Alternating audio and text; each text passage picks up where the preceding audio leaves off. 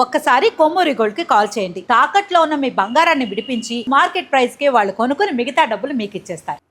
Welcome back to Manam TV. నేను మీ Pawan Bezawada. Pahalgam terror attack ఘటనతో భారత్ పాక్ దేశాల మధ్య యుద్ధ వాతావరణం రాసుకుంది.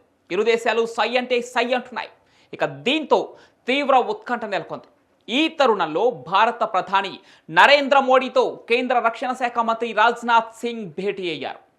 దాదాపు 40 నిమిషాల పాటు జరిగిన ఈ భేటీలో సరిహద్దు వద్ద త్రివిధ దళాల సన్నద్ధత, కశ్మీర్లో ఉగ్రవాద నిర్మూలన చర్యలు, అలాగే పాక్పై ముందస్తు చర్యలు ఎలా తీసుకోవాలో అన్న అంశాలపై చర్చ జరిగినట్లు సమాచారం అందుతుంది.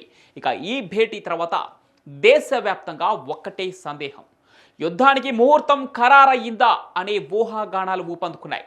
కొన్ని ఇంటెలిజెన్స్ రిపోర్ట్స్ ప్రకారం ఇప్పటికే భారత త్రివిధ దళాలకు హెచ్చరిక జారీ అయిందట. అత్యధిక అప్రమత్తత స్థాయిలో ఉండాలని అంటూ ఉత్తర్వులు వెళ్ళినట్లు తెలుస్తోంది. ఇంకా అధికారికంగా ఎంతో ప్రకటన వెలువడకపోయినప్పటికీ బార్డర్లో పటిష్ట కదలికలు కనిపిస్తున్నాయి. ఇది సాధారణ పరిస్థితి కాదని నిపుణులు స్పష్టంగా చెబుతున్నారు.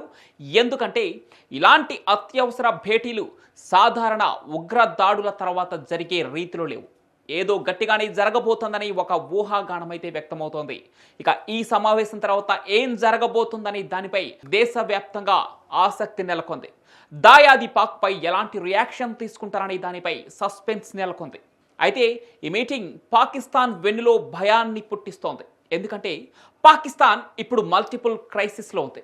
ఒకవైపు బలూచిస్తాన్లో బలూచ్ లిబరేషన్ ఆర్మీ, తెహ్రీక్ ఏ తాలిబాన్ పాకిస్తాన్ సంస్థలు పాక్ ఆర్మీపై దాడులు ఆపటం లేదు.